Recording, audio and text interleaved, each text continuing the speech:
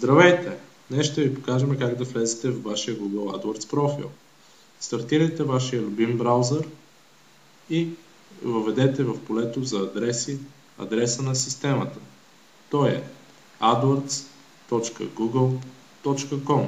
Когато сте въвели адреса, го потвърдете.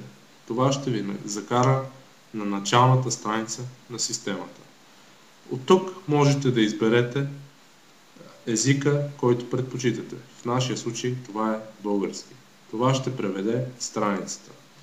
Сега въведете вашите детайли за достъп, които нашите менеджери са ви изпратили чрез имейл. В първото поле въведете имейл адреса, а във второто паролата. Ако желаете да запазите детайлите и да не ги пишете всеки път, можете да използвате следния бутон. След това натиснете Влез. Това ще ви вкара във вашия Google AdWords профил.